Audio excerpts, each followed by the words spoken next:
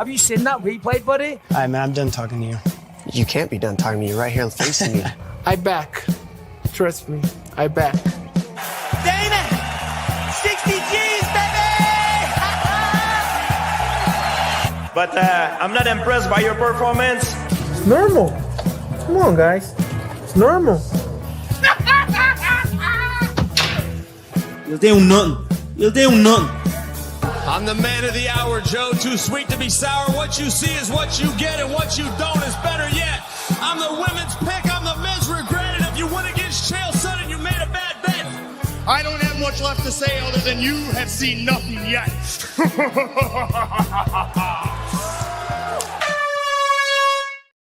What's happening, Fat We Show fans, Fat We Show people? Then we are back with another episode of Dust Up Shakedown, and joining me tonight are my bros. We got them in the house. We got McDane. We got Cross. We got Sterling. The prodigal son is back. We got making the walk. Yes, we got normally we got Olin right there. We got Head Kick One, and we got Cracking. We got all the MMA channels. We got all the brothers in the house. Just look We got underneath the screen. MMA. It's going. People, My mama said. Salute to every single one of you that's in here with us right now. Big up all of you, man. Salute to every one of you, man. What do we got going on here? Leroy says, is it even Dust Up Shakedown if y'all even late? I wasn't late. Yeah, I got here way before these people. You know what I mean? But Cross, don't start snitching on me now. Don't get your chance. Oh, so you calling me a snitch now? Hey, I'm just saying that the way you're laughing, it be implying someone else. You're not trying to say Cross. But I see Jax laughing. I see everybody trying to. I wasn't the late one here. Yeah. I wasn't the late one. Yo, what do you got to say for yourself? We're waiting for you, man. See, dry snitching over there already. Dry, hey, bro. I'm the only one allowed to snitch over here, man. Bro, hey, listen, I give it. If you want a snitch jacket, I can give it to you, bro. But I love my snitch jacket. I wear that shit proudly, man. Charleston White. Big up, Ozzy. He leading the race. But big up everybody that's in here with us. We got some topics here that Leroy has put together for us. Leroy has put some topics in the back, but I got to look at it now. There's loads of us here, so not everybody is gonna go through them topics, right? So we're gonna unless one of you has got like maybe something to add to it, then we can ride with that. You know what I mean? So you have an excuse to cut people off this week, okay? Well, cool. yeah. I'm just laying the foundation. So the people are saying, hey, you lot are saying, oh yeah, well you didn't let me talk. You didn't let me. If you want to chime in after I've moved on, then we can come back to it. And he's gonna get revenge from my show yesterday. Brother, we need to get Ola the big red button so he can just cut people off at will. I got that thing lined up, man. Big up all of you, man. Okay. Where is the first topic? The first topic from Leroy. Here we go.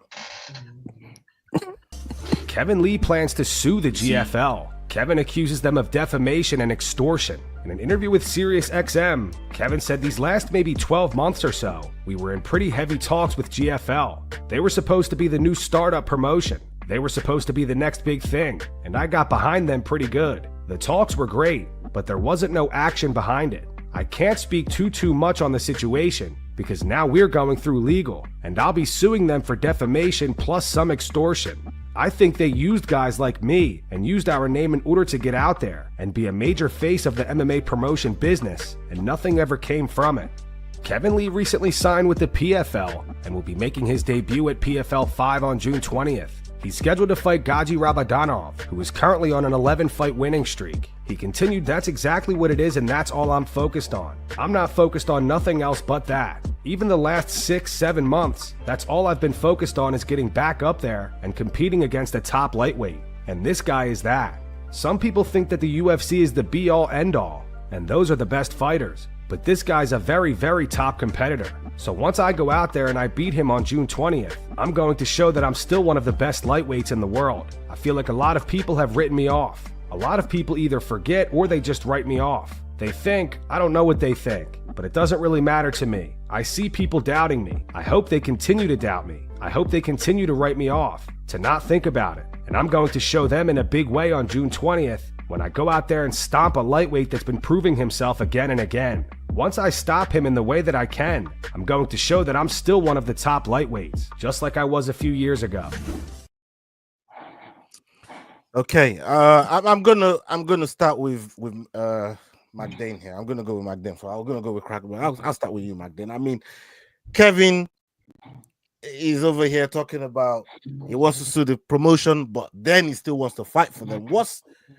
When you look at that statement there, what's the incentive for the promotion to really want to do right by Kevin Lee?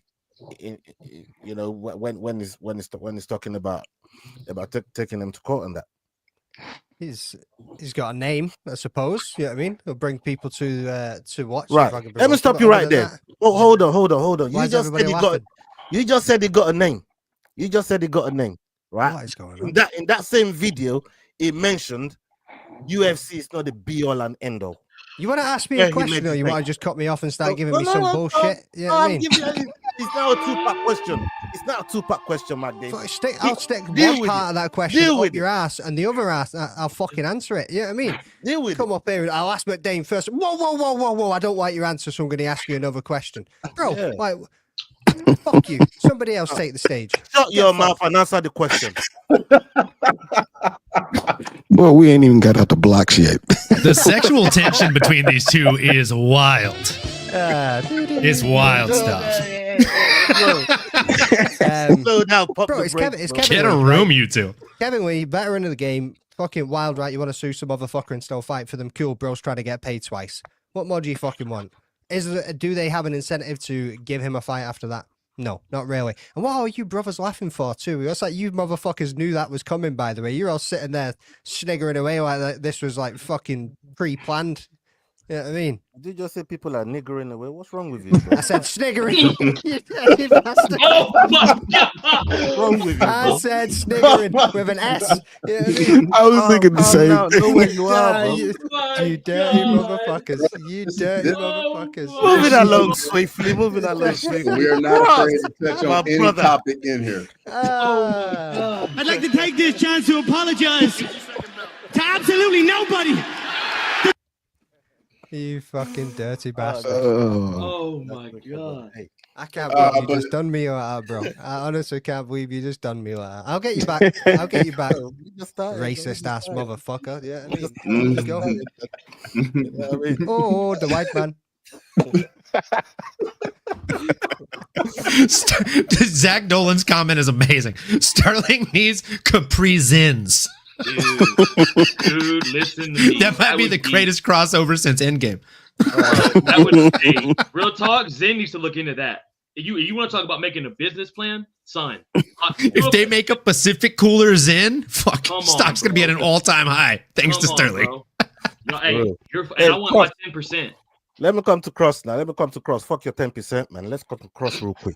Right, Cross. I mean, Kevin Lee is over here.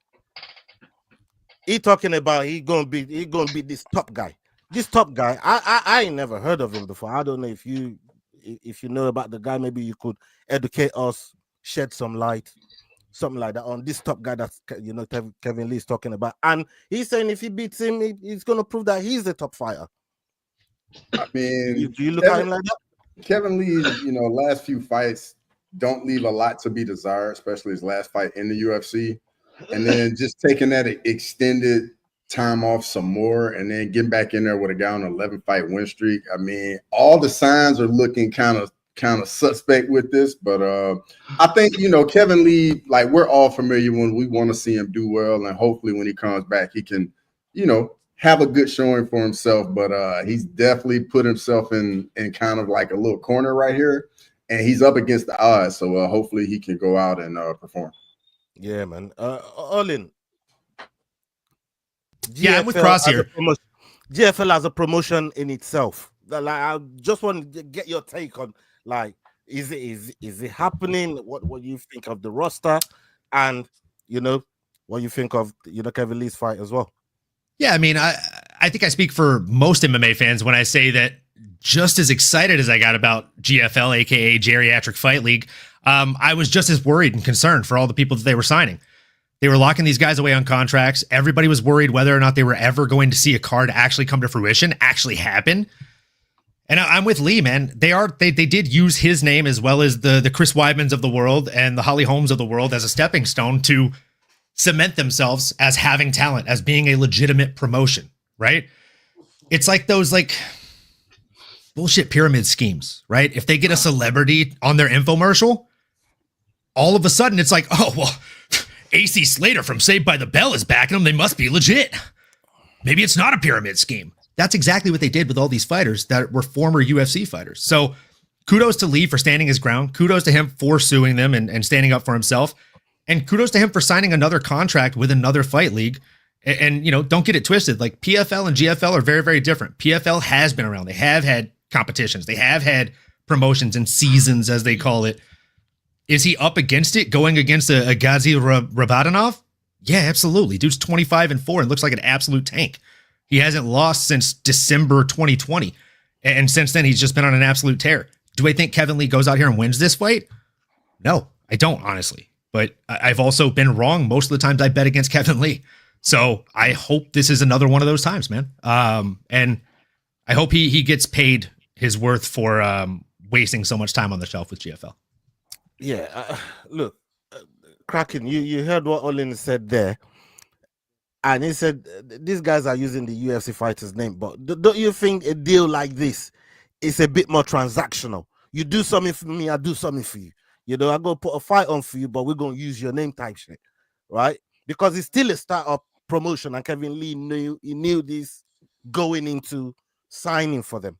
Well, what do you make of this whole situation about suing them?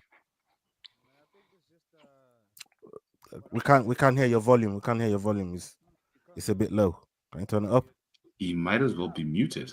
You would get excited. You would get excited. That's your shit. That's your shit, yo. Don't put that on Kraken. No. You might as well be muted. Man. You know what? Let's go to Yao. Yao go and speak. Now watch Yao be muted.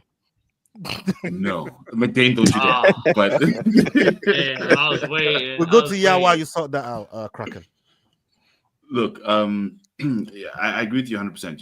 You know what you're getting into when you get into promotion, and with this, it was startup.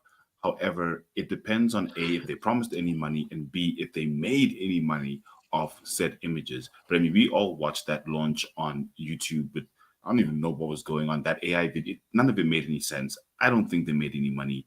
So even if you do sue them at this point, you'll get stuck in litigation, end up probably spending more on lawyers than you actually get from a company that hasn't had any revenue.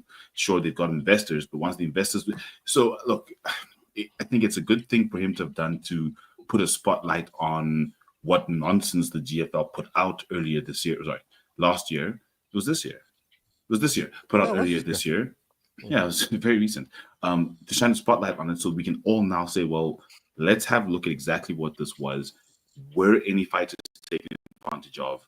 And how do we prevent something like this from happening again? Because what you end up having is that you ruin certain fighters' careers because, like you just said, I think McDane, you signed with this promotion and they're like, oh, we don't want to touch you anymore because now you're now going to sign with those guys, but it's not even a real promotion. What's to stop anyone from doing that again? So I think it's a good thing that he's put a spotlight on it. Will he get anything? I don't know. We'll see. Kraken, unmute your mic, bro. See if I can do something from this side. Kraken, can you hear me again? Let's put some money on it. Mic check it, Kraken. Still mute over there. Still quiet over there. I mean, Jack and Sterling, you got some. You two got something on this Kevin Lee situation with GFL, and even if he wins, does GFL carry on doing business with him? In your opinion, considering he's suing them? Go ahead, Jax. Oh man, all I'm saying is it's like suing a homeless person. What you gonna get half his tip? It's a waste of time. I mean, it's stupid. You spending money that you don't have because you ain't been fighting. I mean, I don't remember anybody, you know, up in arms like I really want to go see Kevin Lee. It's not happening right now. So focus on trying to beat this dude who you're probably not going to beat and staving off retirement. That's really where we're at with him right now. You got something on this, Starling? No, you boys kind of pretty much touched upon it. I just want to see Kevin Lee fight again, boys. I missed when Kevin Lee was coming up days after the Michael Chiesa fight when he fought Tony Ferguson and them days. I missed them days, but it's weird now watching him fight and kind of like these random, like I remember he fought a Khabib's promotion for a little bit too. So it's weird, bro. But I want to see him fight again. But like you said, it's just I don't know what's gonna happen to him after he gets this fight in PFL. I mean, how many other promotions is it been through since that comment? That comment right there, though. Yeah, big up Carlos Madeira. Yeah. I mean, how many promotions has he been through since leaving UFC? You know, obviously he's saying everybody thinks the UFC is the be all and end all, which we all know. Didn't brother go and fight in Khabib's promotion right after? That's like, what he went to Eagles. Said, mate. Like mate, that's wild to me. Now? No, that's what I'm saying. Like he said, how many promotions has he been to? Like that's what I'm saying. Like if your starter is Eagles, like bro, fought Diego Sanchez. Don't forget, fought Diego Sanchez in Eagle FC. But what version of Diego Sanchez, bro? That's and barely won right now. That's what I'm saying. Barely won. That's a problem, bro. He fought Diego Sanchez being trained by a homeless guy. Like, yeah, that's crazy. Yeah, that's he's crazy. not fighting contenders no more, bro. He just in like these. He just has a good name still, so like they're gonna try to drain any bit they can out of him. Yeah, he's a stepping stone fighter at this point. Check Insta, bro. Okay. Kraken is having check Insta. He's having some technical problems there. So he's back. You back? Yeah, back. Yeah, we got you now. We got you. Yeah. Shut up. Yeah, man. You I want to think say something about Kevin Lee?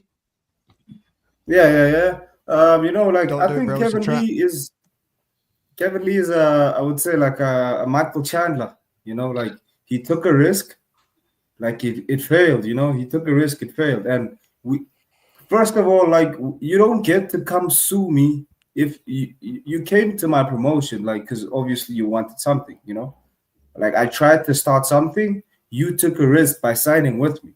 You know, and he doesn't get to cry if that thing goes bust, you know, because like take for instance, if the UFC made an event, you know, and God forbid the fight gets canceled, nobody gets paid, right?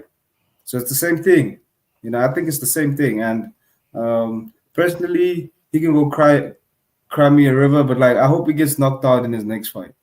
If he signed a contract to fight and then just didn't turn up on the night, do you reckon they would sue him? I would breach say a contract. The breach of contract. Well, wasn't that card already like scheduled and then they canceled it though? Yes. Yeah. He was scheduled to fight and then they canceled it. So he has a right to stand on for breach of contract in that manner. 100%. They can't sue him. Yeah. No, but that's what McDane is saying is he has a leg to stand on to sue them. But you guys are all like, no, he can't sue them because he signed a contract. He can. They breached a contract. They literally a legal binding contract. They signed with him to put him. And he didn't sign a single fight contract, right, McDane? Like it was a multi-fight contract, and now the company is saying they can't hold the promotion, so they owe him that money, at least guaranteed show money. And if I'm him, I'm fighting for win money, bro. With all due respect. Yeah, I can see that perspective as well, because breach of contract is breach of contract, right? So, you know, if somebody's breaching a contract that you both sign on the dotted line for, they got to pay, you know, they got to pay for that, man. Get that Skrilla out. Now he agrees with me. But like you know, like Jack said, and Carlos Madeira, it's like the homeless suing the homeless. Like, what are you really gonna get? You know, it's a meaningless war, man. Meaningless war. Them two just need to get along and make some money together. That's what I think. Let's go on to this one here. Yeah, we got another video that Leroy's put together for us. Let's go on to this one here. Arman Tsarukyan is open to being the backup fighter for Ilia Topuria versus Charles Oliveira at UFC 317, where they will be fighting for the vacant lightweight title. Arman said, "I am not sure if that's needed, but if they offer me that, I will definitely back it up. I will be ready. I'm flying back to the United States now, and I will be staying there in case anyone is injured, and if the UFC asks me if I'm ready, I will say yes. Absolutely positive I'd say yes. I need to take chances now. I got injured, and this injury got misinterpreted. The doctor didn't let everybody know what really happened, so some people still think I ducked that fight. Now I just need to get back on track, so I'm going to do whatever the UFC tells me to do. Yeah, this one here, I'm not even going to, because we've spoken about this guy so much, but from that video there and how willing Cross, this brother is willing. And they say, boy, they asked me, I would say yes. It's like, boy, if UFC get down on one knee and propose, if I should be, I mean, what else is he supposed to be doing at this point, Cross? I mean, he's got yes for everything. He's got a valid point. I mean, he did beat Charles Oliveira, so I mean, I totally get it. But unfortunately, him not making the fight at UFC 311, like he's gonna pay the price, and it is what it is. Like the writing's on like right there in front of everybody. He's gonna have to fight somebody else and really make it very clear that he should be getting the next title fight. So he's gonna have to do whatever he's got to do. Luckily for him, though, he's in a position where he doesn't really have to just accept whatever, because at the end of the day, none of the top guys really can say they beat him outside of Mateusz Gamrot and Islam, not in the division anymore. So as long as he keeps doing what he's supposed to do, he will get the title fight at some point. It's just a matter of when, as long as he keeps winning. Yeah, that's the thing here, Olin. It's a matter of when. But he's talking as if the UFC pick up the phone to him right now, he will say yes. The question is, will they even pick up a phone to him? Because of obviously, we know how UFC be holding grudges. Talk to me, brother. Not a chance, bro. Not a chance. UFC is very, very bitter. They're like you ever have that friend that like just the second you disagree with them, I'm looking at you, Ola. I'm literally looking at you, bro. I didn't even get the sentence out, and he's like, he's coming for me. It's me. You're right. It is you. Like that one friend that you disagree with, and you're gonna die on that hill, bro. And especially if you end up, God forbid, if it's a disagreement or an argument and you're actually in the right and they're in the wrong, never again. It could be 30 years from now and you're gonna be like, you remember when you were a fucking idiot? God, you were so dumb. Like that's you, bro. And that's Dana, and that's the brass, that's Hunter. We were there.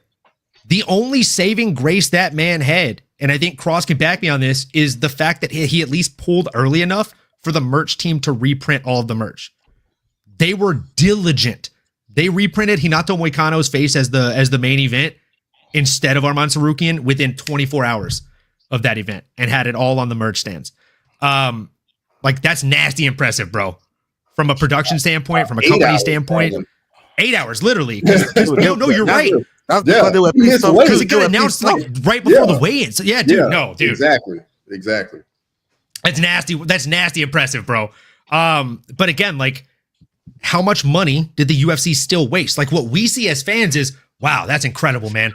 They had merch ready to go after a fighter pulled out and they had to scramble. Not only did they give us the main event, they gave us a fight, but they gave us merch for the event still. That's impressive.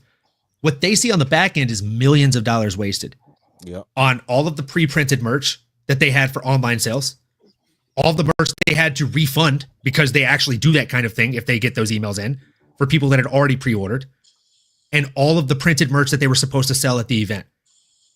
The amount of money that they will pay Tsarukyan in the next 3 years will not equate to the amount that they lost on the one event he pulled from.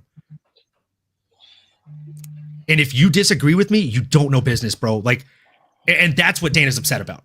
And that's why Dana's not going to pick up the phone to call him. Dana would rather call Dan Hooker with a busted fucking hand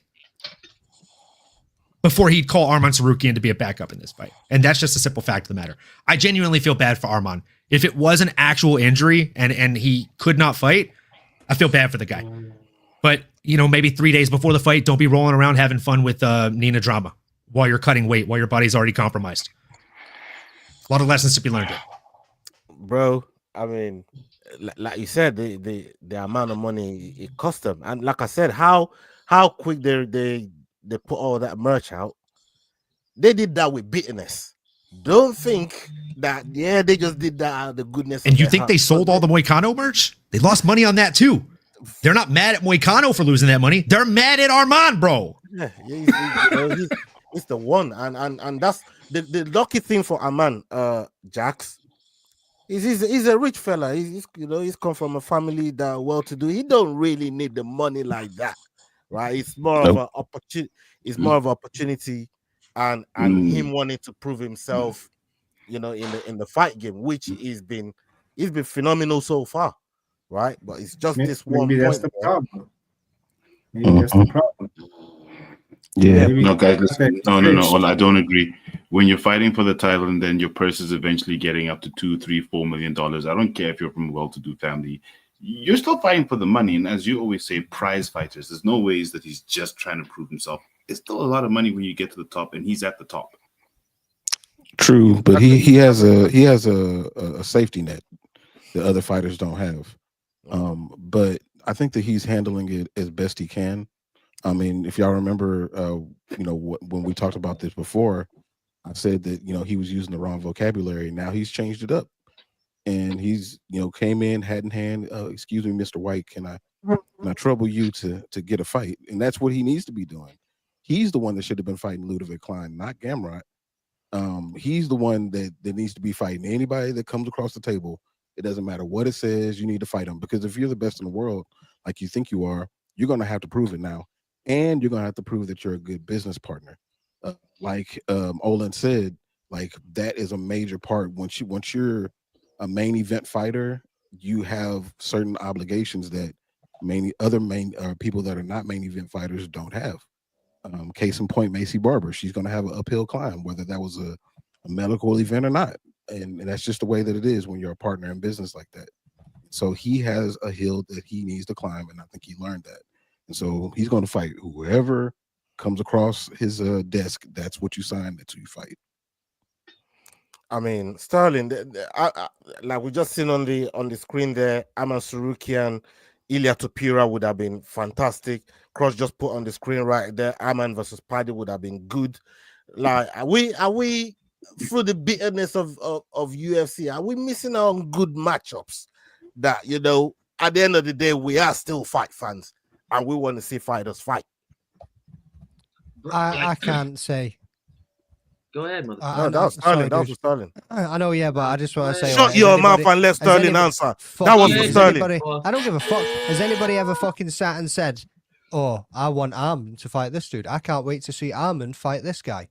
Whoa, Sterling was just about to answer. Well, I was just about to say, fucking A. Appreciate the toss up for the point, I guess, there, because I was gonna say, I mean, what fight have y'all ever begged to see Arman in? I've never wanted to see Arman versus Justin. Against walnuts and Brazilian nuts. I've always thought that almond versus peanut would be a salad bout. What are y'all talking about? Shut up and shave that. I think pistachio would have been the best fight. Yeah, what my dad said. Yes. I think pistachio. Hey, yo, you know what? You're cooking with fire, bro. That fight would be nuts. Hey, listen, Sterling, all of this shit here could turn on you on the dime right there, man. McDen is lighting up the matches. You know what I mean? He's going to take a couple people. Bro, you better pick a side. One minute you want to fight me, the next minute you're fucking standing behind me. Bro, you know he does it, McWayne. 1 minute he's with you, 1 minute he's against you, dog. Shameless motherfucker. He will throw you on the bus in a heartbeat. We saw it with Dan Ige. Bro, be standing at the bus stop with a thumb out like, pick me up, bro. It's a fucking beep beep. No. Yeah, bro. But I don't really give a fuck about Arman Tsarukyan. So I don't really care who he fights, whether it's Patty or whoever the fuck he fights. I don't give a fuck. He broke his back trying to impress a TikTok thought. So that's all I really give a fuck about. You feed him give him Ludovic Klein and just make him fight a couple unranked guys for a little bit. Yeah. That's nasty work. I would say give him somebody in the top 10 instead of the top 5, Give him somebody in the top 10. Have him have maybe at least 2 more fights, just to try get in the good books of the UFC. I would say that. From what he's saying there, he don't want to fight down. He's talking about being a battle fight. That's the problem. You cannot be picky when you're trying to get in the good books of the boss man. You cannot be picky. You have to go do your job, because obviously, like everybody's been saying, he lost them a couple millions. He lost them a couple millions, and the thing that he should do is just go play gatekeeper for a while, you know. Go play gatekeeper, you know, like maybe fight people in the top 15, top 10. Build your way back up so that the fans can get behind you. Because look at all of us right now. We're shitting on him right now. You know, we're shitting on him right now because we know that he fucked us, man. He fucked us, and he made sure that we didn't get him versus Islam. And that was the one fight that everybody was kind of on the fence about, saying who's going to win. No, not everybody. I wasn't on the fence. I knew where I was. Okay. A lot of people will kind of say like that Arman might win, you know, Arman might win. But then that's the thing, you know, I think the one thing he should do is just play gatekeeper for a while. Then he's going to be back in the good books. Okay. Let's move along to the next topic that Leroy has put together for us. Big up Leroy. I see the chat moving. Salute to everybody in the chat. If you're watching on other platforms like X, please pull over to YouTube, and that's how you help every single one of the guys here on the platform. Pistachio mix. Okay, Leroy got another video here for us, and yeah, I'm gonna come to Yao first on this one because it didn't get to say anything on the last. Pretty much the last two. Okay, let's go. Joe Pyfer is confident ahead of his fight against Kelvin Gastelum this weekend. Pyfer appeared on the Believe You Me podcast today and stated that he believes this is a layup fight for him and that he can outclass Kelvin anywhere the fight goes. You know, I get to fight in the best organization in the world, and all I have to worry about is me, man. Like, at the end of the day, I think this fight is a layup for me, and I just need to be focused for 15 minutes, and I'll outclass this dude anywhere. You know, I know he's a vet and I know he's tough, but I can beat his for 15 minutes. I'm not just a one-trick pony. I'm not just a one-style guy. Like, I can grapple. I think it's underrated. And I think a lot of his film prep is going to be off my Jack Hermanson fight, where I had walking pneumonia the whole camp, and then I had 2 staph infections, antibiotics. Like, I could go on with what wasn't right. You know, it was my first new contract, and I needed money. I couldn't say no to my first main event.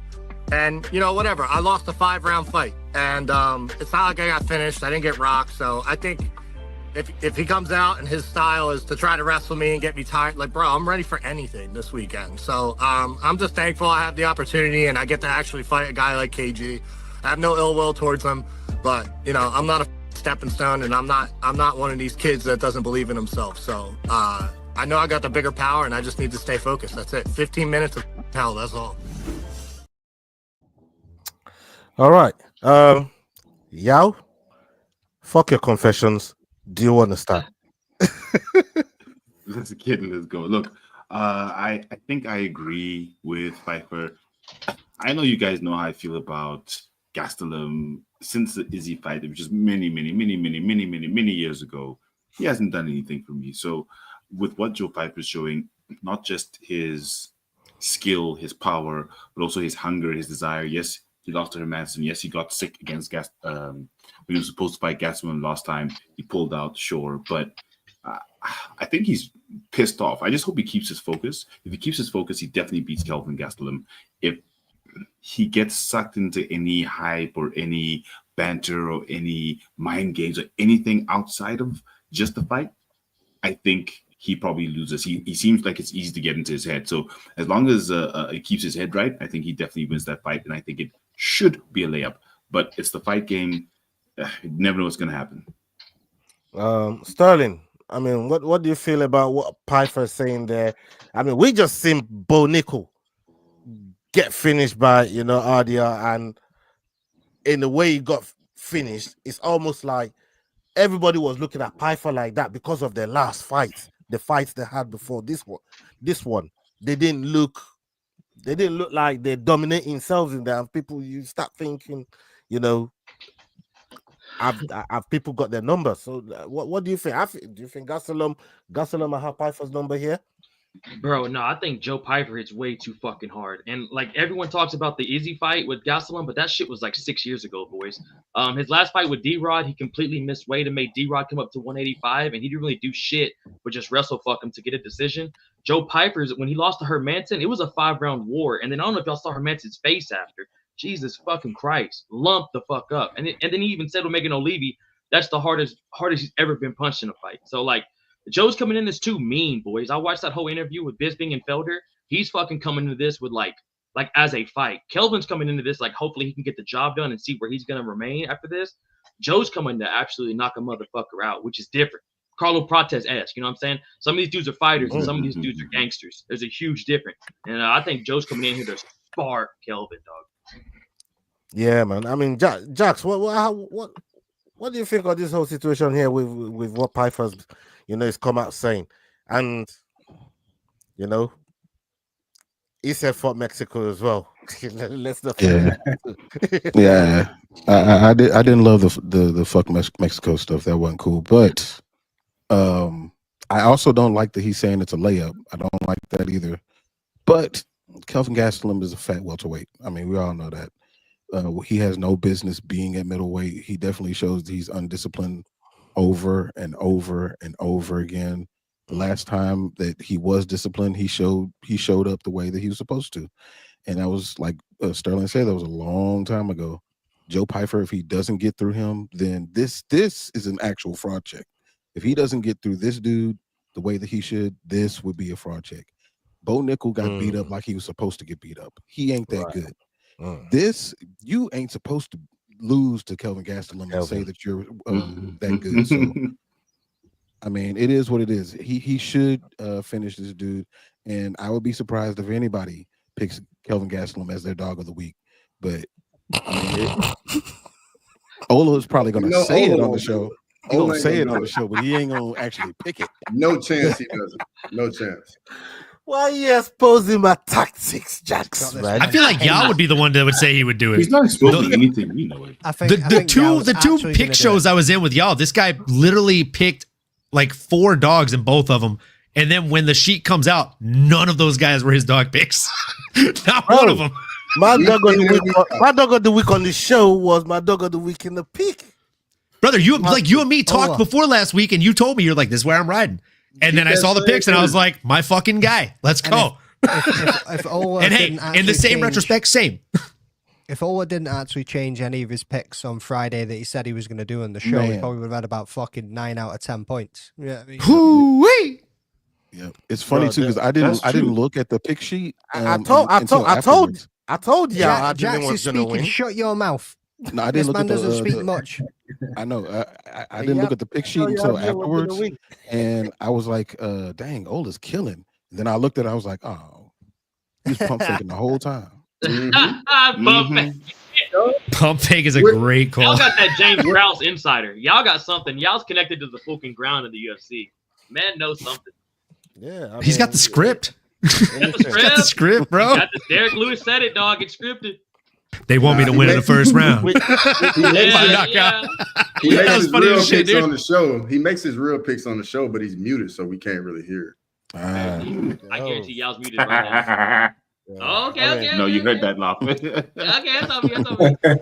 that was a damn fine joke, Cross. One thing I do is I do cash out on these slips, brother. You know what I mean? That's what I do. Yeah, I cash out on these slips, brother. Yeah. What did you cash out on? What did you cash out on? What did you still have to go? No, 10. No, I only had 1 fight to go. And what was it? The fight he got cancelled. Remember, I was saying that I needed Thingy to win so bad, and you were like, "Well, we all picked it to. Why are you winning so bad?" And that's why I put the slip in the thing in it because what would it have been? What would it have been? 360. So you didn't cash out. It got cancelled, so it would have gone void and give you it anyway. I cashed out before it got cancelled, bro. Because if it got cancelled, that cash out would have been slashed, brother. You know how this thing go. Yeah, bro. That cash out would have been slashed. If I cashed out, if I left it there and it got cancelled on me, bro, that shit getting cancelled. It's getting slashed, bro. I cashed out at the right time. It's all about cash out, man. On £10, I'm happy with it. There's another time you didn't cash out at the right time. I was gonna say, can I jump in on this Bo Nickel conversation real quick? Yeah. Let's come to you, Olin, man. You got something to say? Because brother, like this guy calling out Bo Nickel, saying like Bo Nickel got fraud checked. I didn't get fraud checked. Like I'm Joe Pyfer. I'm the fucking man. I only lost a split decision. Bro, you went out there and got dominated by Jack the Joker Hermanson, who was on a bit of a skid. That's what I was saying. Okay, and Sterling, like I love you, brother. Nothing but love. I appreciate you. You pointed it out best. You said there's a difference between like a fighter and a gangster. I'm talking about like a Carlos Prates. That motherfucker's a gangster, right? And I agree. I love Carlos Prates. What happened when that gangster went and fought a real fighter? He lost. Who did he lose to? Ian Gary? Exactly. Hey, Ian Gary, I would tell you 9 out of 10 or 10 out of 10 times. Ian Gary ain't a gangster, bro, but he is a mixed martial artist. But and he but beat the fuck out of that gangster. But if they were in a street fight, way different.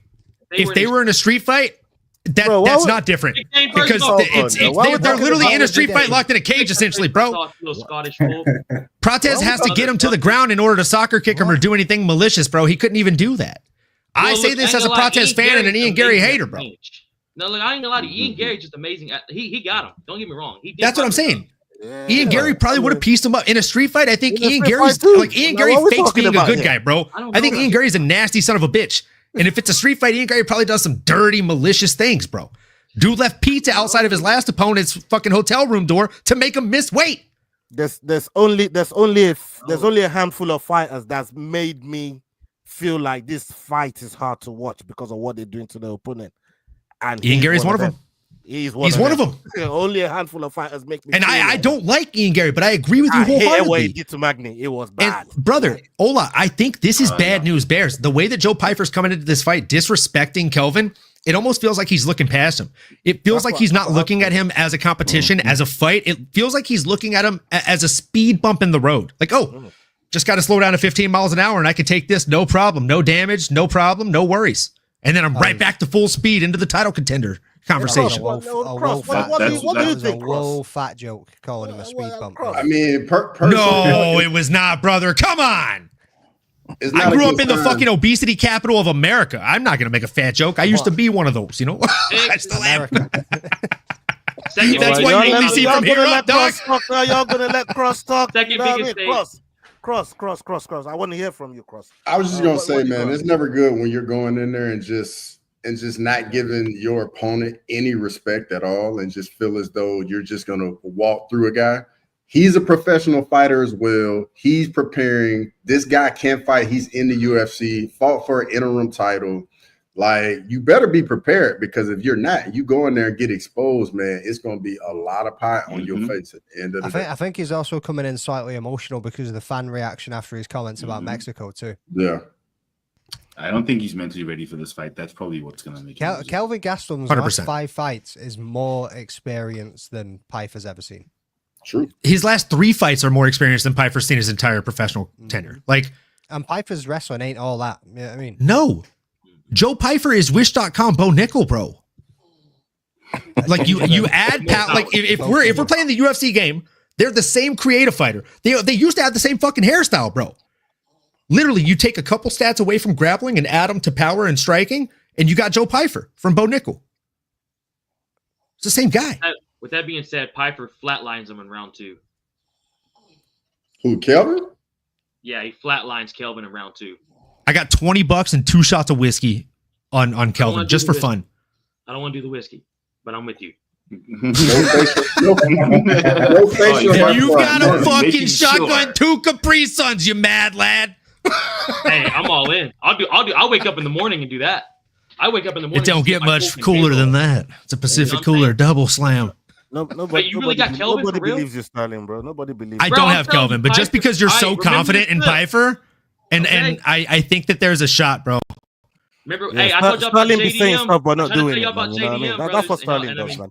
Hey, at least he instantaneously said I'm out on the whiskey because he knew better. You told us about Strickland and Bryce Mitchell too, Sterling. Those are just my boys. I had to go with them no matter what. All right? And Anthony Smith. I knew I was losing going into Saturday, but I'm not gonna put him under the bus. Not gonna throw the. Don't act like you weren't confident in the flat earther, bro. Don't act like you weren't confident in flat earth. All I know is that y'all saw Bryce Mitchell hitting that pig the other day. Man's hands are getting crisp. That's all I gotta say. Brother, I grew up with a family of hunters, and pig skin ain't that tough. He didn't even break that skin. So, I mean, I wasn't impressed. That's just him 50% with the hand speed. He's quick. He don't want to give y'all the full game plan, brother. But when him and Sean Defending Strickland the brother with fucking 50%.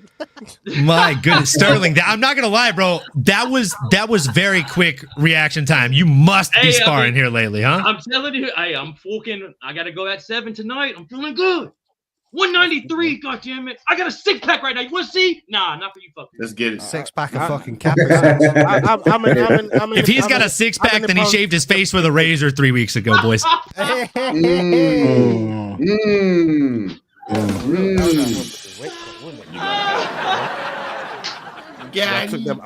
Should I took them eyebrows when I had the chance? You know what I'm trying to say? Shit. You can see the teddies jiggle when he's laughing anyway. So I'm gonna say. No, there's none. No, look at the side view.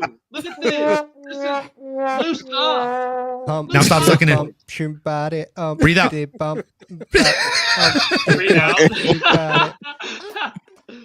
Now, hey. Anyways, moving on. Joe Pyfer and 2. Fuck y'all. Why are you gay? Okay. Kraken, you got something on Joe Pyfer and Gastelum? You want to say something? Man, I don't know what you guys are saying that Calvin Gastelum showed a good performance 6 years ago with the easy fight. The Daniel Rodriguez fight, like he looked like somebody who was trying to do a resurgence, you know, like he looked like somebody who had a plan, you know, who knew how to fight. So I think Calvin Gastelum, bro, he's highly underrated, you know, because the way he was moving in his last fight, you know, in the fight that I'm talking about, he moved really well, you know. So I think he's gonna take this one, and yeah, that's it. All right. Let's get on to the next video that Leroy has left us in the video here. Hey, big up Austin Fight fan, big up yourself. He says, just to be clear, the obese capital of America is everything below Canada and above Mexico. Well, yeah. I mean, America is the obese capital of the world. But what I'm saying is where I grew up, like this is the only thing we've ever really won, I think, right? Like we have 2 representations, the movie The Waterboy with Adam Sandler and the fact that we're the obese capital of America, which is the obese capital of the world. So shout out Louisiana. We also got Dustin Poirier, and that's pretty damn awesome. Yeah, man. And DC. Well, you don't claim DC? Oh, I love DC, brother. I love DC. I mean, why I trained with DC. I met DC. There it is. Why Poirier? Never told you he's trained with DC. You never big up DC from Louisiana, man. I always talk fucking props on DC, bro. Dustin, man. You always give it to Dustin. Dustin's my favorite fighter of all time. What do you want me to do? No, bro. You gotta pick a struggle, man. It's racial, dog. It's racial. We thought you were better. Wow, Carl, you do me like that. Anybody else would have done me like that, I wouldn't even be upset. I'm not even mad. I'm just disappointed, bro. Hey, you be thinking how it really be the ones you know. Of all the people on live right now, there's the one fucking guy I've met in person. What do you mean? Threw me under the bus and rev the fucking engine. Yeah, I'm just saying. What do you mean the ones, bro?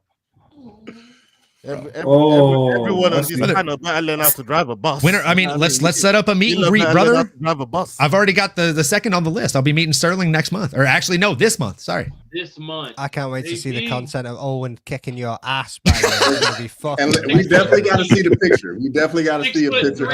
Owen's gonna tower that fool. He is gonna tower him. Anyhow, Olin's taller than you, bro. Let's go, man. They should ban me from Texas. Owen looks like the fucking toy you get in a Happy Meal box. Should ban your ass. Anyhow, Olin's taller than him, bro. Hey, all I know is that when I meet Cross, we'll be eye to eye. Huh? Yeah. All I know is we're finally gonna know Sterling's real height when the pictures are released. When I meet Cross is gonna go, damn, you is 6'3", maybe 6'4". Look, when we release the pictures, people are gonna start saying one of 2 things. Fuck, MMA Anomaly 6'3", or man, Sterling's 5'9.5" on a good day. They're gonna go, damn, this dog's tall as shit. He's almost as good as y'all trying to convince you out here, man. Like, boy, I didn't believe it. Hey, Olin, he's gonna try and snake out of the picture. Watch now. You're gonna try. No, he's gonna show up in fucking platform shoes, brother. I can already feel it. Yep. Bro, that's why he's been umpiring all these weekends. He's saving up for them like 6-inch platforms. This brother's gonna end up taking a hiatus. There'll be some reason why he can't, because he can't. He said that's what I do. That's what I do. Don't do that to yourself, bro. Nah, that's what I do, brother. Sterling hiatus. Well, your height gonna take a hiatus, the man said. Yo. Hey, look. Motherfucker said, that's what I do. I hide, baby. Baby. I'll disappear. Don't repeat it, bro. Sterling gonna give his phone to the random people. Like, yeah, take the picture on my phone. Take the picture on my phone. So he got the picture. I already know what he gonna do. You know what I mean? My height took a break today, man. Olin, I'm taller than you. But this I'm gonna take the picture. He's gonna be like, so Olin, you're gonna Photoshop that, right? You made me look taller.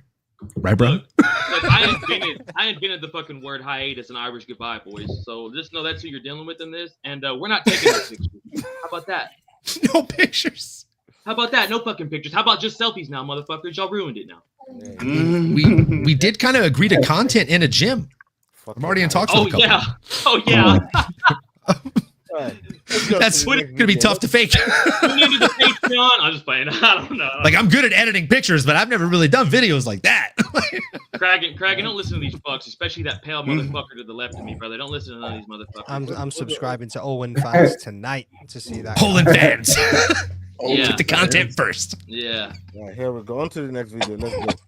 Demetrius Johnson lays out how he believes Ilia Topuria could be beaten. On Tim Welch's YouTube channel, DJ said, I think somebody who is able to expose him, like he's very good at that range of that slow check, and he gets in there and he throws like 5-punch combinations. But once somebody gets him in that clinch, that area, that's where I think we will see how he reacts. Because when you get in that clinch, I feel like that area we haven't seen him fight. And if Charles can get him there, obviously if he grabs the clinch, he can go body, head. But when he does body, head, you can still bang him with a knee, so it's a give and take. If Charles can get him there, it will be interesting to see what happens.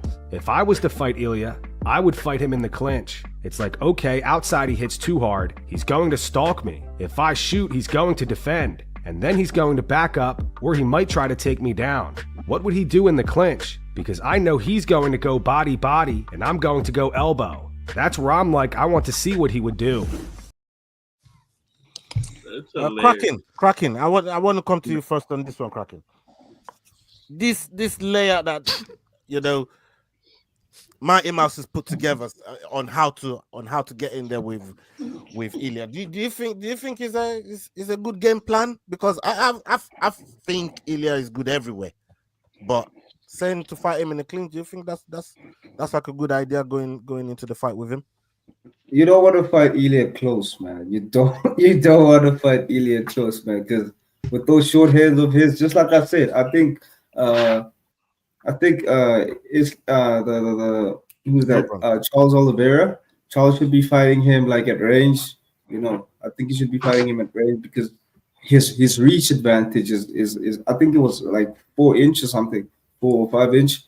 Because like we know the power that Ilia possesses, Once he starts swinging, you better not be there. But obviously he does catch people. We all know how. But like, man, I can't wait to see this fight because I know we all have that Charles Oliveira like title run memories where he was just like giving us the greatest of performances. Then we have the guy who destroyed all the legends, and he's still young, man. I think he's still under 30, like Ilia Topuria, man. I'm really excited to see this fight.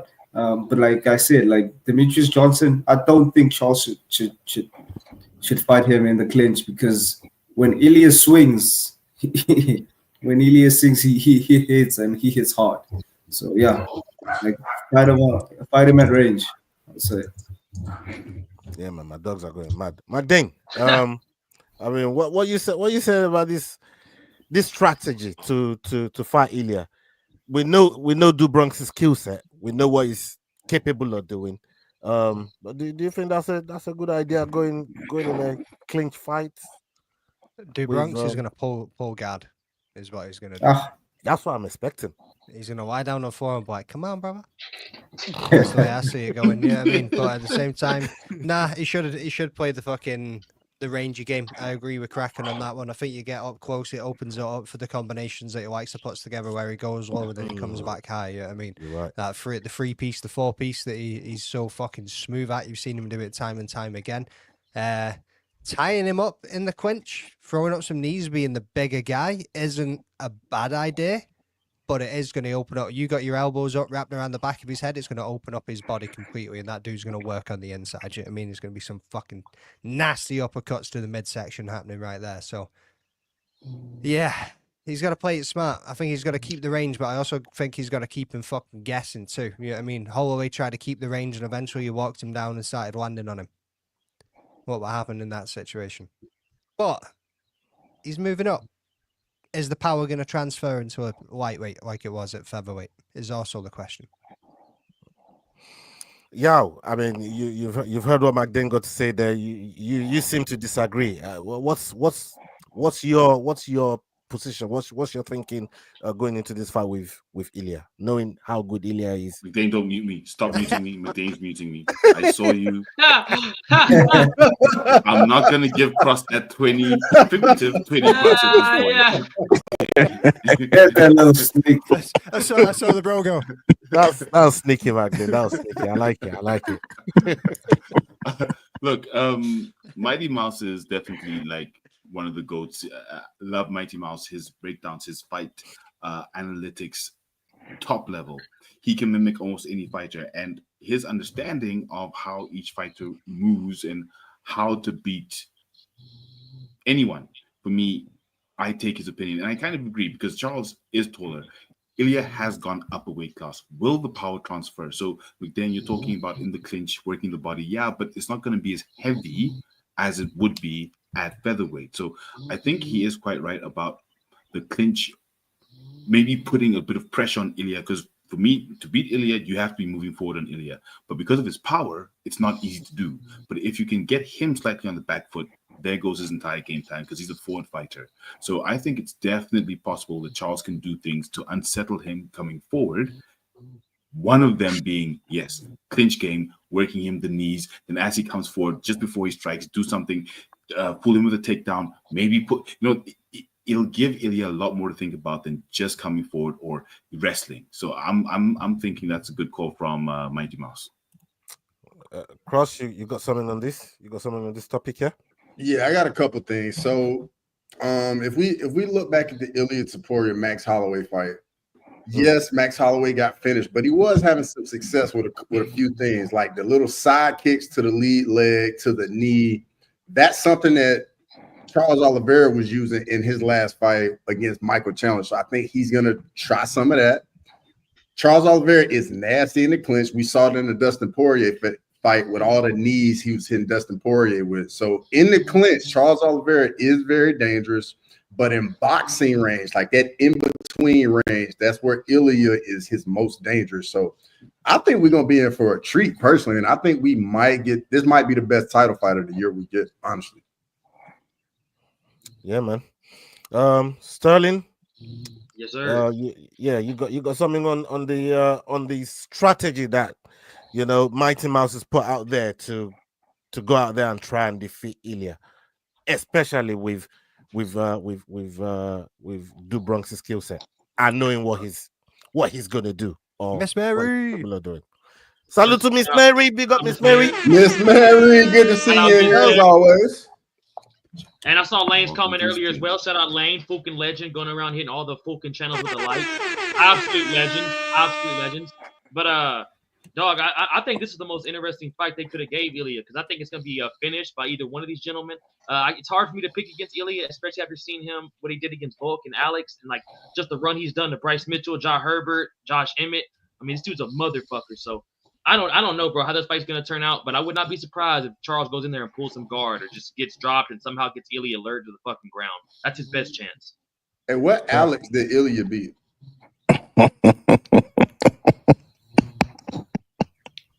Bro, that's fair enough. He was coming off those ridiculous. I couldn't resist, though. I couldn't resist. Everybody was gonna let him live too. I came back with the shots. I mean, Jax, who do you got, dog? You got Ilya, you got Charles. Man, I want to have Charles. I really do. Damn, I think bro. the Ilya is Bro. very dangerous. I mean, obviously, I think the main part of this is the forward motion. Charles has to be moving forward. I mean, every successful fighting sequence that Charles has had. I mean, you go back to when he first won the title. When he was losing, he was going backwards. When he was winning, he was going forward. He has to impose his will and go forward. When Ilya got dropped against Jai Herbert, he was going backwards. I mean, so Charles has to figure out a way to move forward.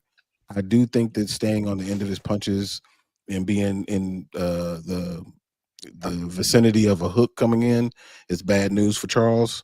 Charles has really great straight punches. He has to use those to get inside. And I do think that fighting in the clinch, him being the taller fighter, him being a Muay Thai specialist is going to be in his favor. So, I mean, I think he has a lot of things that he can use. He just has to stay away from that danger. Yeah. And the knees, too. If he gets him in the clinch, dog, Charles got some nasty knees. So I He get where does. Demetrius coming from with that, too, bro. And Very Ilya's nasty. short. He's a shorter fella, so he can just sling that thing up there easier. Yeah, yep. Switch knee takes Ilya out.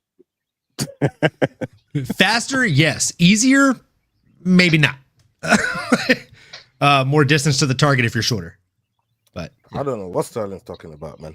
Well, I'm not short, so I don't know how that strategy. fucking God, dude, I swear to God, I can't fucking wait till Vegas. You're talking to 6'3" man. I've never learned that strategy. I'm a John Jones type of fighter. Look, see, do. Fucking. Oh, you might have missed it. We got a north side raid, brother. Let's go. Yeah, man. Big up my bro, North Side. Yeah, man.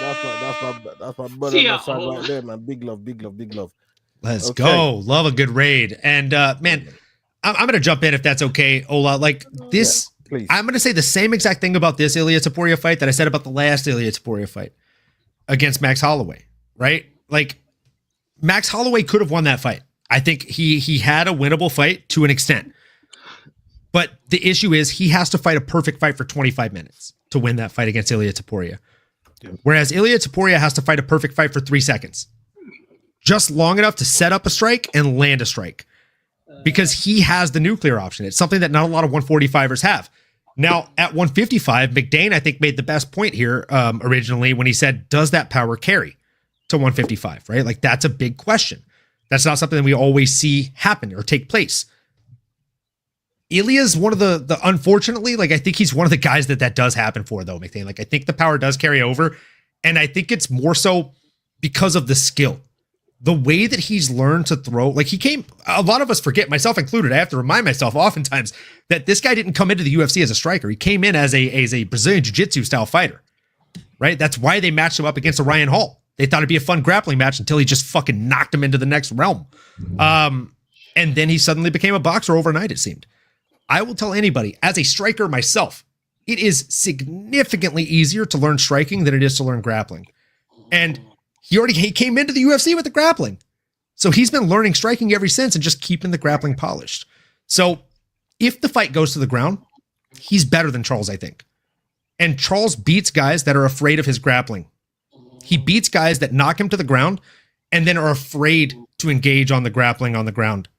That just try and stand hovering over and landing those heavy strikes, right? Or just back off and say stand up. Which essentially negates knocking that guy down because you're letting him recover, you're letting him stand up. The issue is this guy, Ilya, he'll jump on top of you. If he knocks you down, it's blood in the water and he's a shark. Did somebody just fucking drop a fart? I was like,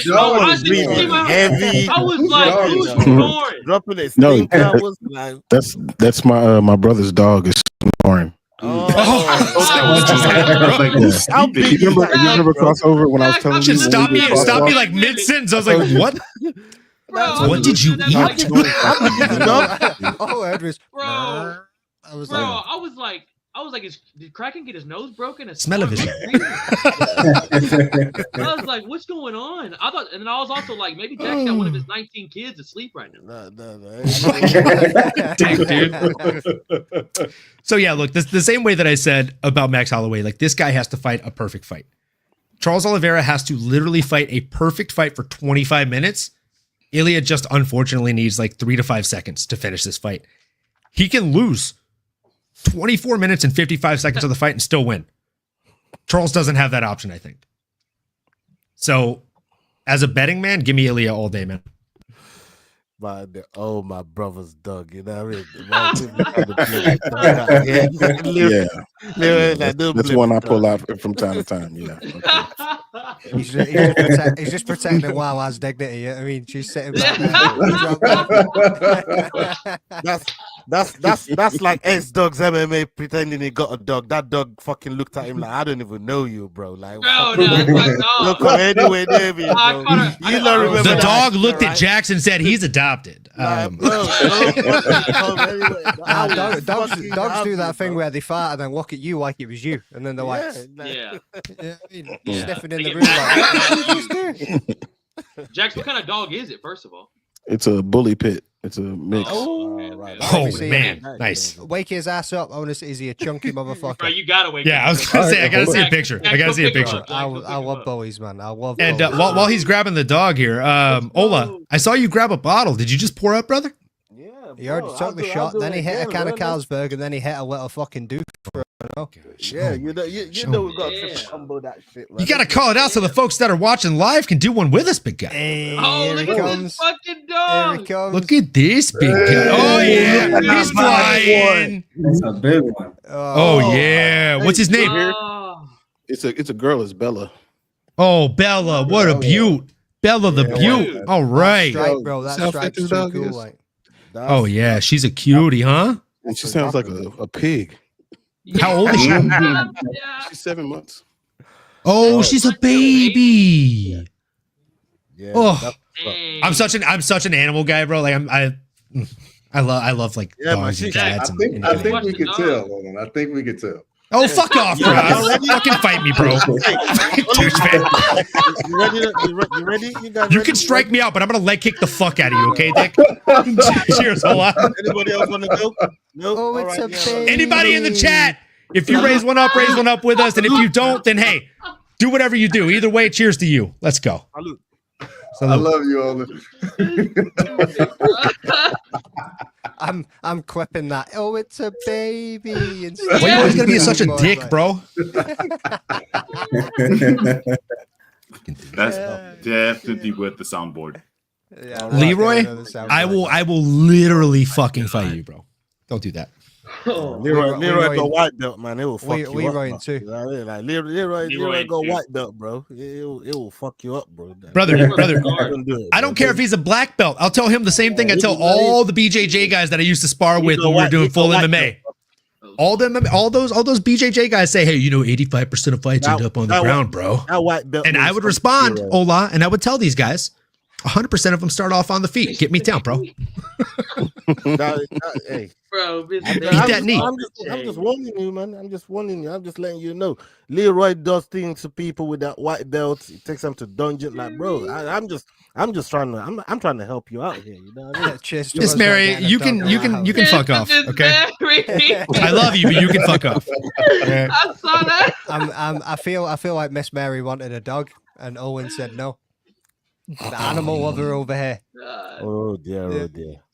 I can see it. We just started World War III in the Owen household, like. Yeah, not a chance. Bro, we got a glimpse at the real Olin, dude. Like he literally just melted right on camera. Oh, fuck off! I'm a tough guy. We're gonna we're wearing the trousers too. God damn it! You know what I mean? Hey, shout out Bella. No, man. it's Shout funny out because Bella. like all my coworkers know like that side of me and the sales side of me, and like when they get to know the MMA side of me, they're like, oh fuck, it's kind of like different than we thought. So like for you guys, it's the opposite. Fuck off, McDan. Fuck off, Dan. Oh man. All right, we got a couple more videos to get through here from Leroy.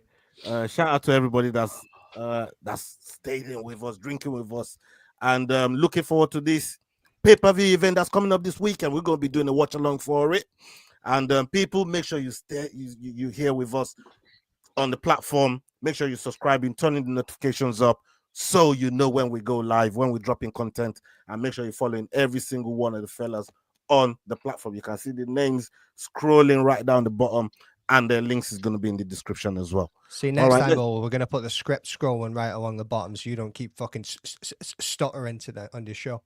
Don't worry about my stuttering, man. You know what I mean? I got some whiskey all up in there right now. Where's the Today Junior sound clip, brother? I'm flowing now, man. You know what I mean? I'm getting loose. I'm flowing right now, man. You know what I mean? Don't you stop my flow. Hey. Speaking of which, hey, we need to figure out who the chat wants to be on the quiz on Friday. Yeah, we're doing that on Friday. Yeah, we are doing it on Friday. Unless it's like pop culture, movie, or comic book related, definitely not your boy. You don't get to choose, brother. No. Yeah, what? Are you like stealing my soundboard at this point? Like you just played 2 back-to-back of mine, brother. Give the chat the topics, and we go with what the chat wants. Yeah, give the chat the topics, and send him 2-3 years Dagestan and forget. We'll see what they say. That's fucked up because I sent you that one.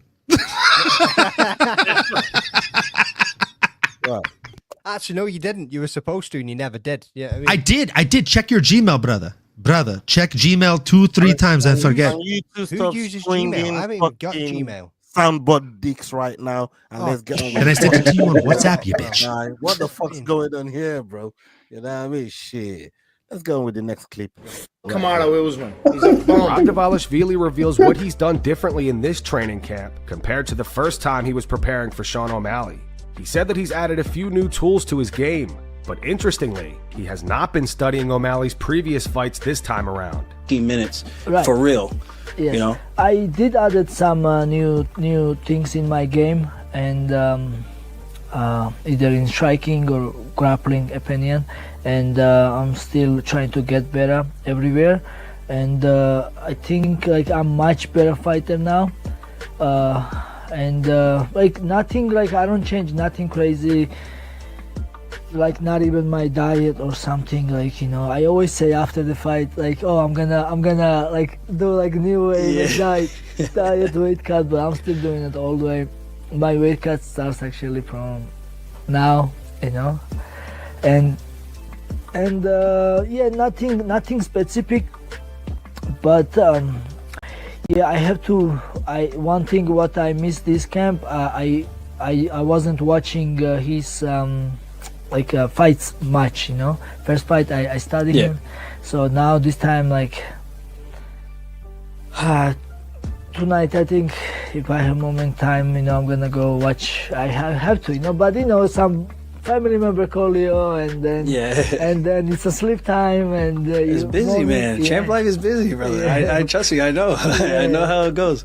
Yeah, last week I did, like this week I did like 7 Zoom interview and a media day, and yeah, who else? I don't know, Mike Bisping interview, and then, you know, like, you know, some stuff like that. Hey, Jax, I want to pick your brains on this, right? Especially this situation here with Merab, right? We've heard from different champions talk about how when you become a champion, you don't really get the time to do all the things that you used to do. Now you got all these duties and stuff that you got to promote your brand, and you got to try and rake money into the bank account. Now, does that take away from what Merab's supposed to be doing in terms of preparing for this fight? Number one, and number two, yeah, we just see Cross switch the background there, but I'm gonna come to you later, Cross. Do you think it's also, I don't want to say disrespectful, that Merab ain't even studying nothing about Sean O'Malley? I mean, there's nothing left to study. He ain't had another fight since then, so he already looked at all the tape. There's nothing new. It's the same thing. Same guy, different hip. I mean, that's all it really is. So I can understand him not looking at any film. I mean, because he's not going to really learn anything new and probably just brushing up on his own skills. If anything, he's had an amazing tune-up fight, harder fight against Umar leading up to this. So he's the one that's been active. Is Sean the one that needs to get up on his level? So I think that in most cases, champions have more of an obligation outside the cage than the challenger does, and the challenger has that hunger. But in this particular case, it's just a different situation. He ain't got nothing new to study. So, you know, it worked last time, and you know, some say it was a clean sweep, or at worst 4-1. So why do anything different? What do you make of some of the interviews or quotes that you've heard from Merab saying he's not looking to grapple? He's looking to stand in there and strike with Sean. Nah, he ain't gonna do that. He's not stupid. Yeah. that would be smart. Okay, I just wanted to see what you thought about that. I was about to say that. What about you, Olin? I mean, what are you thinking of what Merab is saying there in terms of the things that he got going on? But we also heard DC say the day he won, the next day, I go to knock on his door and this dude is off running. Like, the guy's crazy. I mean, when it comes to Merab in any way, shape, or form, like, he doesn't have to watch what Sean's doing. He doesn't have to watch what anybody's doing. Like, he's the best grappler in the division. Sean is playing catch up at this point, and if he played catch up for the next 3 years in pure grappling, I don't think he could. He will always have a puncher's chance. He'll always have that knockout shot, right? Like, Sean has a God-given gift of two things: knockout power, and maybe it's not a God-given gift, maybe it's a trained gift of placement, right? Shot selection. But for somebody like Merab that just has that relentless pressure, man, it's tough pickings, man. He's always going to make you look just a little bit silly, isn't he? Like, he's always going to push a little bit too hard. And we talked about this a few conversations ago, where if somebody's moving forward, right? We were talking about Ilya. I think was it Yao that said it? Like, you have to constantly move forward, but moving forward with somebody that hits that hard, it's scary. It's tough. It presents danger. And I think that's kind of an issue with a Merab, right? Like, he's a grappler, but he hits hard. He's very strong. So the only way to negate him is to move forward and shut off his grappling game. But to do that, you got to walk through the fire. Question is Sean O'Malley willing to be burned by the fire in order to get the win? Cross, there's no need to ask what you think. We see your picture there with Merab. I mean, look, does Merab need to be learning something about Sean that Sean is trying to figure out? Because Sean is saying he's trying to figure out a way to change things to be able to compete with Merab this time. Should Merab, I don't know, maybe have a spy in the camp. I don't know, you know what I mean? DC said it best. You ain't trying like shit. Should we trying to figure out what Sean's doing over there? Man, I'm gonna come at it a little differently. Like, I think going into this fight, everybody's writing off O'Malley. Everybody's think Merab's just gonna come in this fight, walk through him. But if you go back and watch the first fight, there was a knee that was very close to landing on Merab from O'Malley. And then he ended up landing it literally about 10 seconds later. I'm like, O'Malley's very dangerous. And we've seen Merab get dropped a couple times in fights. Figures out a way to survive. Like, I'll definitely give him credit for that. But we cannot come in here and act like O'Malley does not have a chance of clipping Merab. And we all are like, what just happened? He just did it to, not just did it, but he did it to Aljamain. Like, it can definitely happen. Everything can change with one punch. Magdane? One teep kick. One teep kick to the belly. That's all it took in the 5th round to have that man running. Let's see if he can do it early. So you think investing in the body early is a way to go? That's the way to go. That is the way to go. If you're gonna go after anybody's cardio like Merab, you've got to go to the body. You've got to try and do what you can to slow that motherfucker down. The legs and the body. The legs and the body. Right. So O'Malley, same as anybody, has got a puncher's chance. Do I think Merab's still gonna win it? Yeah, I do. At the same time, O'Malley needs to come at this different, just like we spoke about Charles Oliveira and Topuria. Like, he needs to push the pace. He needs to be putting him on the back foot. He needs to be going forward. But then he also needs to be utilizing the range, the kicks, and actually having more volume than what we've seen coming out of him. But then the more volume that he has, it opens it up to more takedowns. So, yeah, man. Bro was up shit creek without a paddle. You know what I mean? It's big for him. But Kraken, do you see a different path for Sean O'Malley in this fight against Merab? Do you see a different Man, pathway for Sean? to be honest, I've been watching a lot of the UFC countdown show, and I think I saw the UFC embedded, and the way Sean O'Malley is sounding, man, he sounds like somebody ready to like coach or something. You know?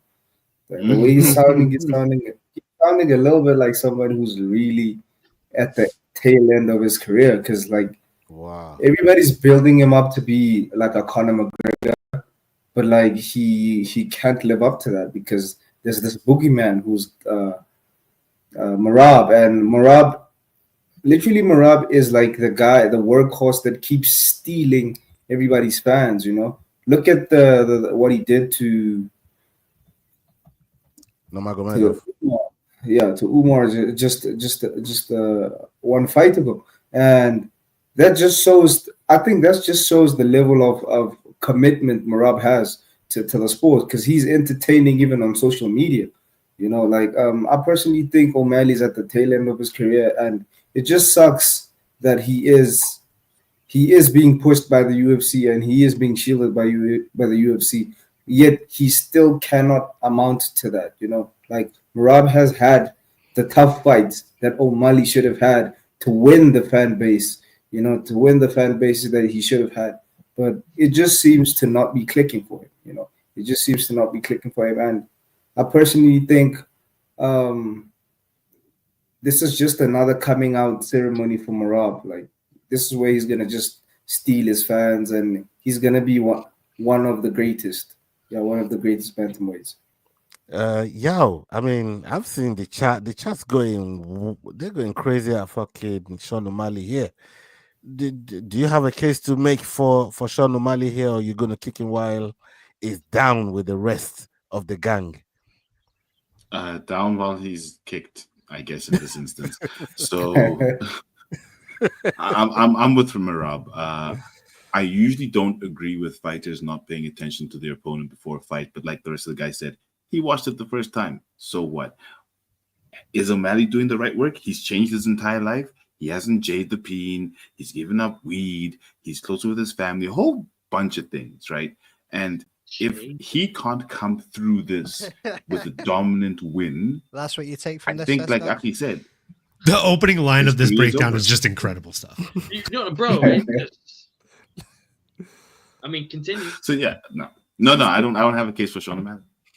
Let's talk a little bit more about that peen. Yeah, it hasn't been jaked. I'm pretty sure. It hasn't been jaked? It's been pulled. I was like, what? Hey. Look, that's what Sean O'Malley said, okay? That's literally his words. I didn't make that up. I don't call it that. That's what he said in an interview.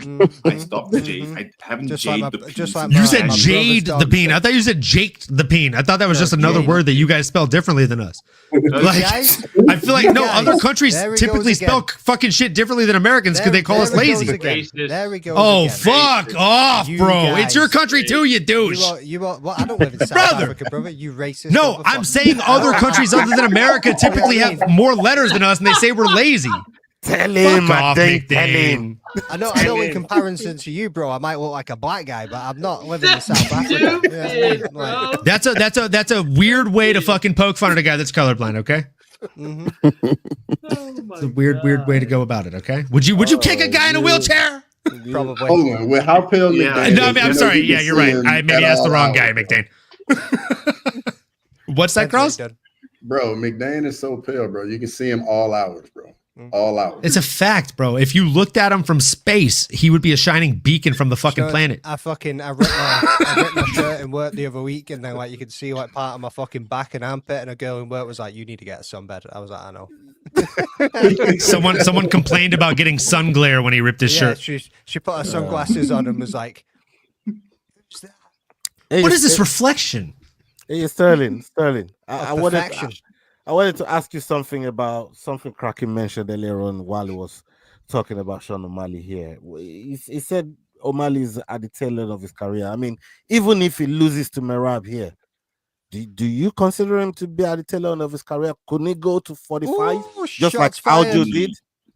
Only if he loses to What's up, fellas? Go on, Lala. Tell them. This fool never did it. Jax, I need you to get on that. But anyways, no.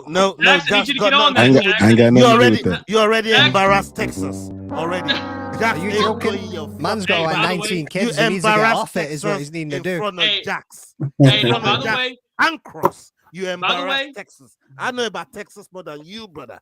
Yes. I know about Texas more than you. You know what I can tell you though? We're the second You embarrassed biggest state. Texas, bro. We're the second biggest state, brother. Alaska's the biggest. But to get back, Oh, so he learned something that day. Yeah, you go learn. We helped him out. The quiz helped him out, bro. We saving lives out here with the quiz, brother. We saving lives with the quiz. You know, we went to work the next day and he was like, "You guys know what the biggest state?" Facts. Guaranteed, bro. He went on there asking everybody at work all those questions. Yep. Hey, and on that day, capital Sterling Korea, learned. you motherfuckers. Anyway, my fucking shout out to my Costa Rican Persians. That's all I gotta say. Maine's the farthest east state of fucking United States. But dude. Wait, what was the question? What's the capital of North Korea? And you guessed Korea? Well, like... I don't know. It was really I laughed so hard I may or may not have peed a little when you answered that question, bro. Like that was tough. And then the question about what countries in two? No, yeah, what countries on two continents? And he said a continent. Did y'all forget that one? He said. But hey, what really is the difference between a country and a continent, Cross? Couple of consonants. Dog. When you live out here in the second biggest state in America, you don't really worry about too much of that shit. No, I was doing a bit. That's how you responded, I think. For what? To that question. Never mind. Never mind. We're moving on. S-Dogs is back. Thanks, Big Dane. I got Sparks not at 7. Fuck you guys. Look, listen. Yeah, you've already got CTE, brother. You don't need Sparks. Does Omali go to 145? I got you. Like, I got you. Yeah. Look, so it was so when he first got in here, right? And Leroy said earlier, he was kind of like the Connor casuals. Like he got all the hype from the Connor hype and the Snoop Dogg thing. Let's not forget, he knocked Homeboy out, had Snoop Dogg going crazy. Got the flashy hair, all this other shit with the streamer. So like when he was on the run, boys, he was only fighting like 2 times a year, anyways. When he was really doing the thing. So now But he was fighting bums. But he was fighting bums like Thomas Almeida's, Eddie Wineland, guys like that. Fucking Chris Moutinho on 5-day notice. But bro, if he loses to Merab, I don't know if he is gonna fucking like think about retiring Kraken. But I feel what you're saying because he does seem like a lot more like matured now. He did say he was in his 30s.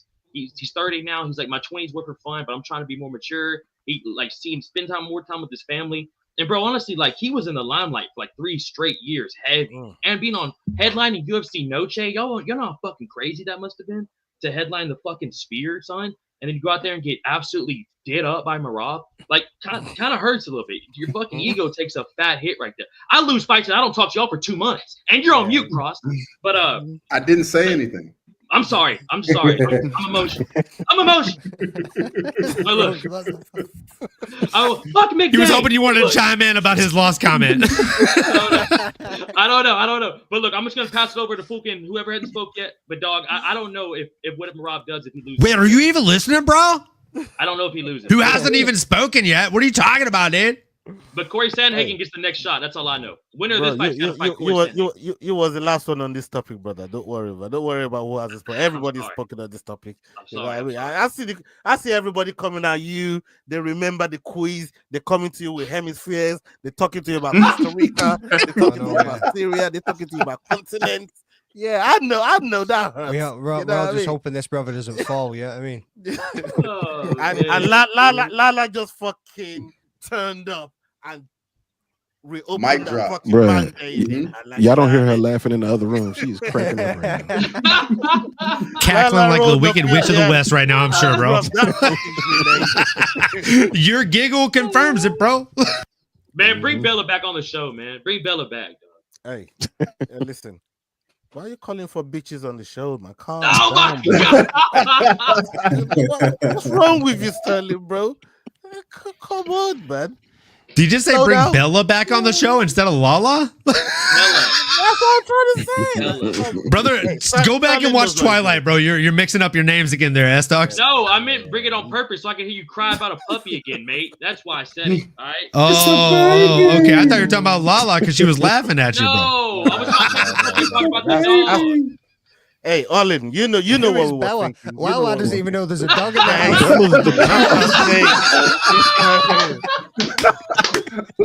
There you go. Holy fuck, dude. Oh my god. God damn, She dude. about to come in the room. Who is Bella? Bro. Now, y'all about to get me in trouble. Who's Bella? Who the fuck is Bella? And why was she in the house? Hey, Lala Jax. comes to the screen. Why She you- grabs Jack why you by his bring- dreads. You know better. Why you bringing bitches onto the screen, Jax, bro? Like, come on. Come on, Jack. Typical Sterling, getting the homies in trouble. Bro, imagine if Lala come through out of nowhere and grab Jax by his dreads. You know what I'm saying? We see Jax just get head yanked back. Like he's yeah. Hey, imagine Jax. That'd be awful. Imagine Lala pulling them dreads and Jax looking like fucking Yao and crossover there. All in one fucking Bro, you had to name both of them. You couldn't just name one and been good. The point would have been. Bro, we would have got the point. No, he got a three for. I didn't want to discriminate on the boldness. You just got to go at. three of the. Just doing too much. Just doing too much. That's black on black crime, guys. You hate to see it, folks. You hate to see it. Dog. It be your own people, I swear. Hey, I said that. Don't take that from me. I would never snatch his wig. And I said that shit about you. It's the cap wig. I got an image. Cap wig. Yeah, it's the cap wig. Yeah. It's attached to the cap. Lala, you say that, but this is the one time I actually don't believe you. Brother's balder than Jax. Yeah, I mean, yeah, balder than Jax, balder than Cross. That boy Jack's got a taper fade. Big up everybody. You know, Jax and Bella sleeping in the yard tonight. Anyway, both of them out. No. That's hung in here with us, man. Big up every single one of you. Make sure you're following everybody on the platform. We are out of here. Hasta la vista. Salute. Big up, people. Love. Why are you gay? Who says I'm gay?